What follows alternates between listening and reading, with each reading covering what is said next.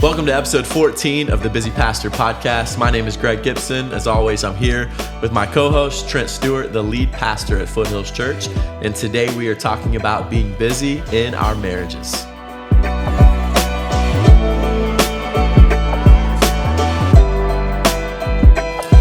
Welcome to episode 14 of the Busy Pastor Podcast. Today we are talking about marriage. And Trent, let's get right to it. As always, why is this something that we're even talking about? Yeah, well, obviously, marriage and ministry brings with it some unique pressures and expectations. I mean, marriage in general is just difficult and challenging. Right. You've got to work your way through it, grow through it. But when you throw in the ministry side of things, there are some other unique challenges. I mean, there's just added pressure when you're in the church to have a great marriage and to present your family and to present yourself as if your marriage is fantastic and beautiful and wonderful. And even if it's not, your wife feels it.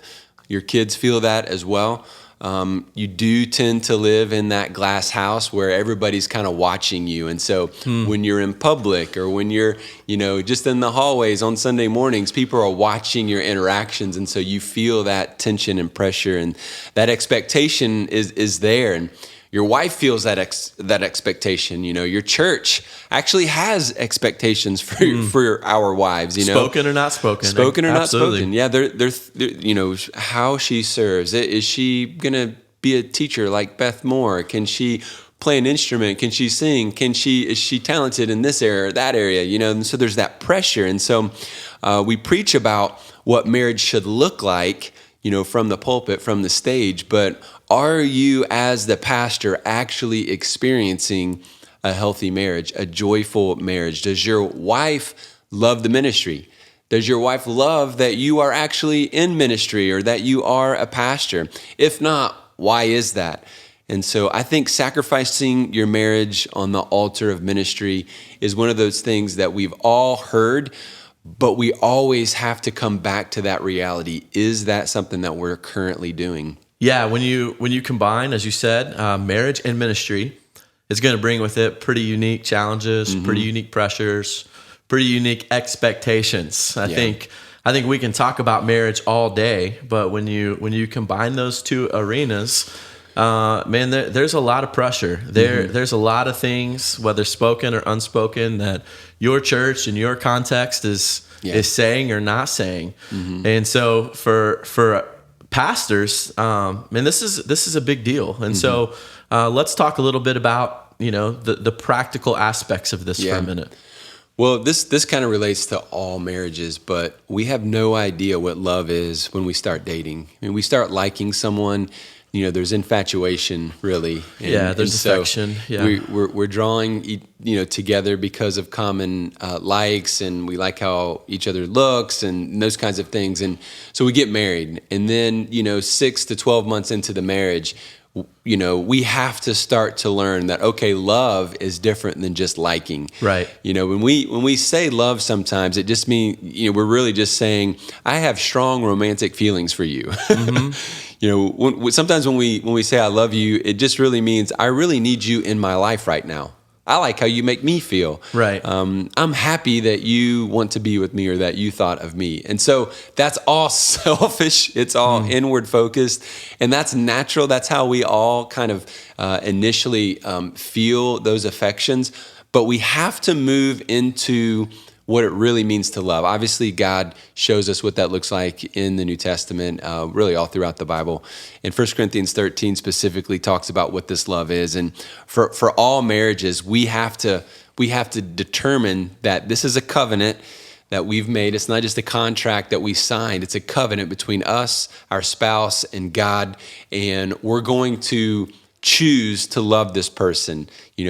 Love is patient, kind. We work through all of what those adjectives are. In the Greek New Testament, though, those are all verbs in the Greek language, and so giving us this mentality that love is action, right? And it's constantly moving in the direction of this person that we love. Yeah. Not only with that, there's so many problems with pastors in ministry trying to balance their ministry schedule, their family schedule, trying to balance the realization of, hey, I've got X amount of time to give. And oftentimes pastors are not good at leading themselves and leading their schedules and leading their calendars. And so their spouses, their wives feel slighted. And they don't manage their time well. They're not busy with the right things. Yeah. Spouses feel like single moms. Yeah. Get the leftovers. One of the best books I read was from Andy Stanley called Choosing to Cheat. And that was really just one of those books that helped me think through this. What he says is you're going to cheat something. You're going to cheat your wife. You're going to cheat work. You're going to cheat yourself. Choose what you're going to cheat. Choose where you're going to give your time. Essentially, in ministry, you're always going to have another phone call to make. There's always going to be another ministry opportunity to do. But you've got to at some point put that down, cheat that, so that you can go home, be with your wife, be with your kids. And so, I think that's very helpful, because if we don't manage our time well, we're not going to be busy with the right things. Our marriages will suffer. And so just like if we're not taking care of ourselves physically, it's going to hurt our church and our community and our ministry. If we're not taking care of that love relationship with our wife, it's going to impact your church in a huge way. Yeah, there's always going to be the next phone call, the next counseling session, the next meeting, that email. But we're going to need to really cultivate and create a healthy rhythm, you know, where we are continually pursuing and cultivating and creating you mentioned a healthy soil for our marriages. You mentioned the scraps. Like, if your wife has ever said, like, I feel like a single mom. Yeah. If your wife has ever said, I feel like I'm getting the scraps from you, like, that's got to be an indicator. Like, you can argue about it. You can point fingers, you can blame each other, or you can say, you know what, let me suck it up here, be a man, and recognize my wife is hurting. This is what she's saying. How she feels is her reality, whether you think it should be that way or not. And you've got to actually do the hard work of letting her know that, hey, I care about what you're feeling and what you're saying right now, and I'm going to do what's necessary to reverse that. Right. And so let's get practical for a minute on how we deal with the stresses and expectations of our marriage. And so, this is practical for any marriage, but this definitely comes out with pastors who are in ministry, and there's this overlapping thing. That stress and all the hardships and trials of ministry bring, right? And so let's talk about that for a minute. How do we deal with the stresses and expectations usually in our marriage? Recently read a book called The Self-Centered Marriage by Hal Runkel. And he's just a psychologist, not a Christian book. But he talks about the 5 ways that we scream in marriage. And I just thought it was profound, because whether you're in ministry or not, like, these are screams that we do in marriage. In other words, this is how we react to stressful situations and our emotions in marriage. And the first way is that we actually aggressively scream at each other. So physically, we're screaming. This is when I scream, I accuse, I berate, I insult my spouse. This is when, we say, he lost it, she lost it, and so our voices are raised. And so, the example might be, I asked him to, help me with bedtime with the kids, and he yelled at me and said he already does everything around the house. And so the wife yells back at him and says, you're never here. And so yelling is just how they deal with their emotions and their differences. So obviously very unhealthy. Another way that we scream is that we distance ourselves from one another. So when we're upset, when we're offended, then sometimes we just choose to distance ourselves from our spouse. And so that means, I'm not going to make eye contact. I'm not going to talk. I'm going to avoid. I'm going to go to the room and watch TV. I'm going to stay at the office so that I don't have to be around her. So we just kind of distance ourselves and avoid each other. And that's unhealthy, obviously, as well. Thirdly, is we cut ourselves off from each other. And so this is like a full distancing. This is when, you're actually going to move out of the house. This is when you might get a divorce. This is you get to the point to where you're like, I want to cut cut off from this relationship. But, cutting off never works. It never addresses the real issues and the problems in a marriage. You're going to continually hold on to that. What you have to do is you've got to carefully deal with that pain. You can't just cut off and avoid people. You see people in our churches who get divorces. They think cutting each other off is going to solve the problem. If I can just get them out of my life. But especially if you have kids, they're not going to be out of your life. You're going to have to deal with this person for the rest of your life. So at some point, you're going to have to deal with that pain. The fourth way is we fall into the over-under pattern. And I really resonated with this one because this is so common in most couples and marriages. The over-under means that one person starts to under-function in a certain area, which then causes the other spouse to then over-function in that area.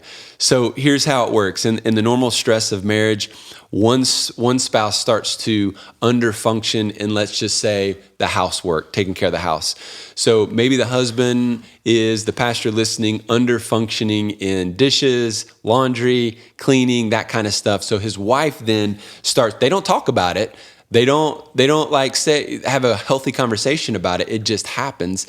And then what happens is the wife starts to overfunction in taking care of the house. Now, again, nobody talks about it. It just happens. And then you just kind of go in these, roles. And then what happens is, the wife potentially builds up resentment and animosity, thinking in her mind, why doesn't he help more? And then when a stressful, anxious moment happens, then we go straight to the over-unders in our marriage and we point the finger. So if he's late for dinner, it turns into, you never help around the house. Like, wait a minute, I thought I was late for dinner and we were arguing about that. Why are we talking about this? Well, it's because that resentment had been building up for a long time and it just now kind of comes out. The over-under. So maybe the husband is over-functioning in taking care of the finances. The wife under-functions in that. And so, then the husband has the resentment of, I'm dealing with all this pressure with the finances and this and that. And so that comes out in the argument. Well, I do all this. Right. Well, I do all this. When sex gets, into the picture, maybe the wife is under-functioning in that. And so the husband feels like he's taking all the, the pressure of creating date nights and, trying to have intimate moments and doing this. And so he's resentful and angry. And so the over-unders, man, are just there in marriage consistently. And so what we've got to do is have discussions about them. And we have to say, okay, this is where I'm over functioning and you're under functioning. Let's talk about this. Why is that? How can we get to a healthy place here? Talk about some of the pain and the resentment that we have because of that. Maybe the husband is being lazy with the housework and he does need to pick it up with taking care of the kids and doing that. Maybe the wife is, not being physically intimate.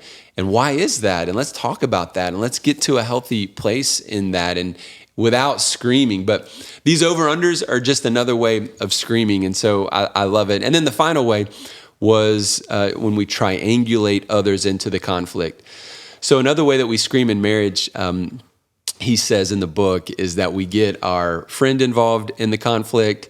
And so we talk about, our wife with our friend, and she never does this and she never does that. And so we get them involved and now they're resentful and bitter. Or we get our parents involved. And so maybe the wife gets the mom involved and now the wife is upset. And so the husband is like, I've got an in-law to deal with. I got my wife to deal with. And so, all this tension takes place. That's just another way to handle conflict in the inappropriate way.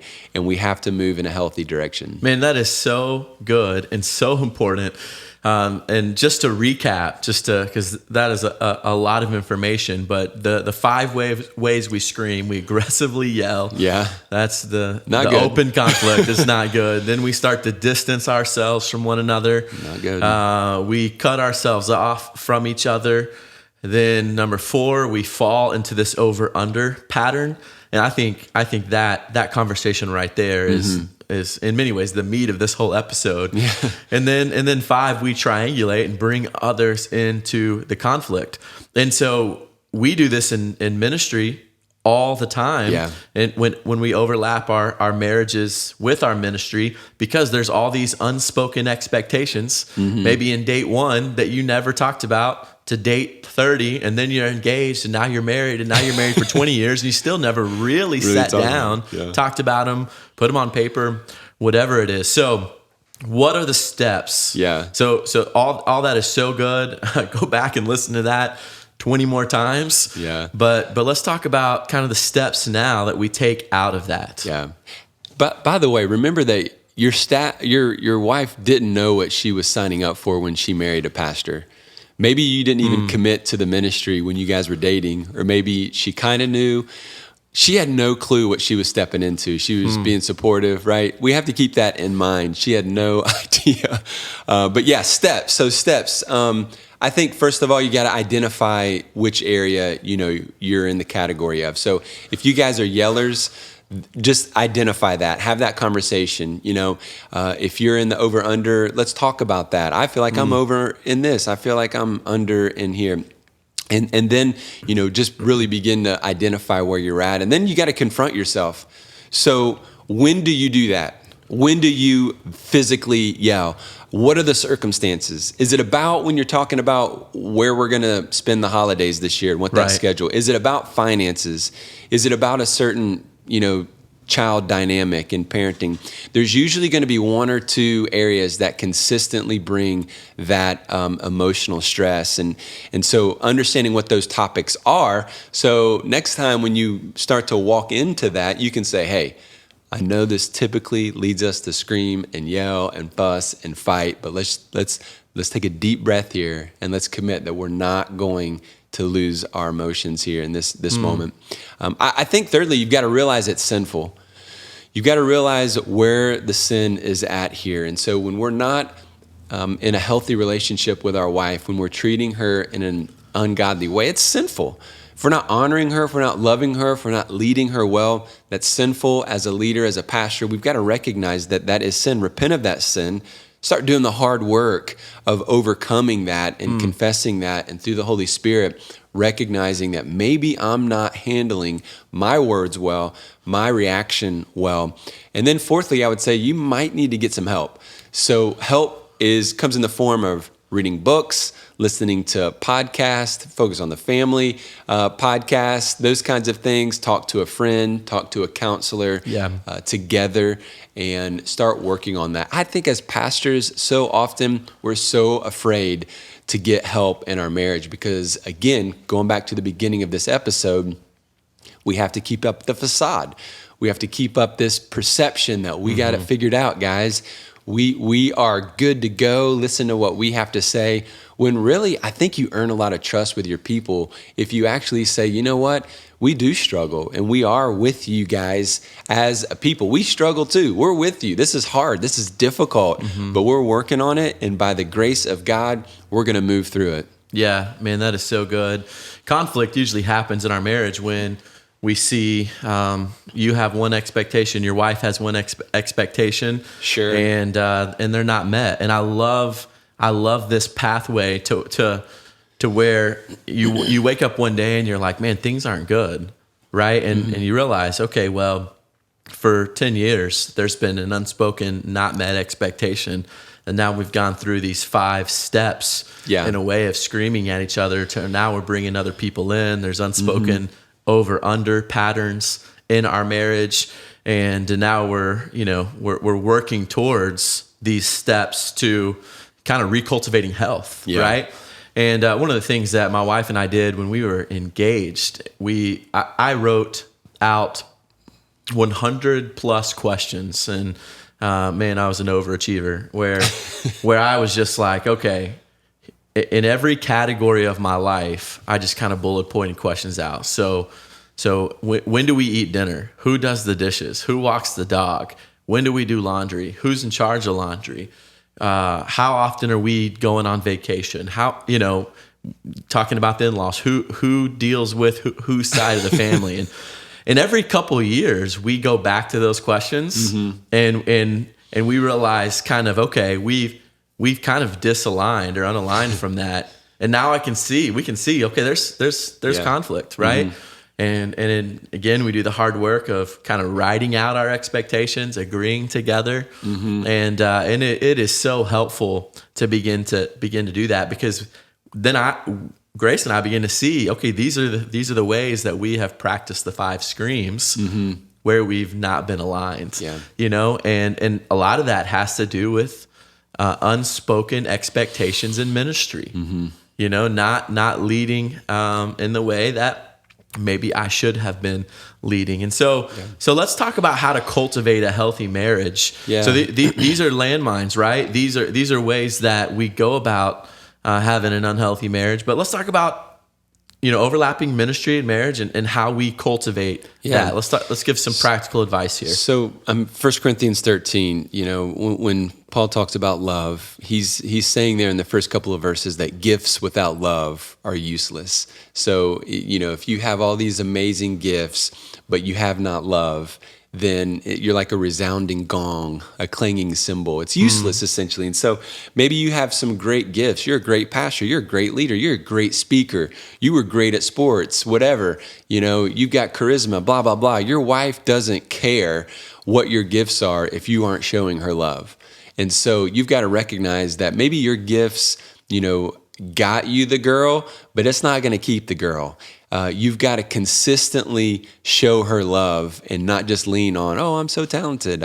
He goes on to talk about sacrifice. And so sacrifice without love is useless. And this was a huge one for me. Like verse 3, you can make great sacrifices, but who cares? If you're not sacrificing in love, then nobody cares.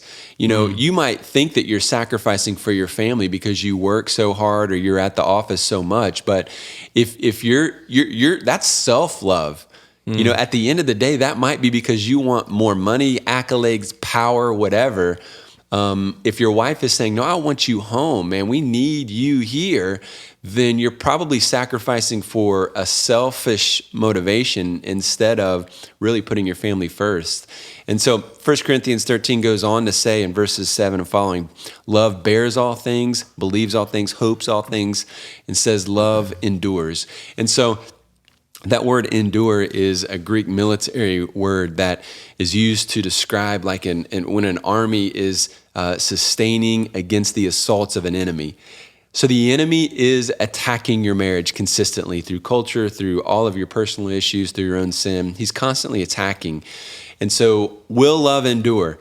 True, genuine love, a choice to love God first. And now I'm going to, because of that love and because of my commitment to the Lord Jesus, now I know and I'm motivated that I am called to love my wife. And so it's going to persevere. It's not going to quit. It's not going to give up. And so if you want a hot marriage, you're going to have to walk through the fire. And every single marriage is going to walk through the fire. Now, if you come out on the other side of that, your marriage will be hot. If you don't walk out on the other side, you're going to get burnt. And it's going to flame out. It's going to be over. And so, God uses just when that refining fire, as the book of Hebrews talks about, as gold, we want to be purified from sin. That's what marriage is about. Marriage is about God refining us and allowing us to see our imperfections and our sin. And if you'll listen to your wife, not as the enemy, but if you'll listen to her as someone who's on your team, as someone that God is going to use to help you grow personally, to help you connect with Jesus personally, which is going to make you a better leader, listen to her. Let that grow you, and God's going to do amazing things together when you are on the same team and when you are committed to growth together. Yeah, pastors, we know this. You teach this stuff. You have taught this stuff maybe in conferences and marriage seminars on Sunday morning. But I'm telling you, and we are telling you, this is why we have done this podcast, is for you. And so when your marriage is healthy, when you're busy watering that arena and that field of your life, everything about your ministry is also going to be healthy. When your marriage is healthy, you're going to be a healthy leader, you're going to be a better pastor, and your church ultimately is going to be healthier as well. As we close today's episode, we want to invite you to do a few things. Follow us on Instagram and Facebook at Busy Pastor. And secondly, if you like today's episode, subscribe to The Busy Pastor and leave us a review wherever you listen to your podcast. For more resources, go to busypastor.org to join the Busy Pastor community. Next week, we are talking about being busy in our parenting. Until then, let's be busy with the right things.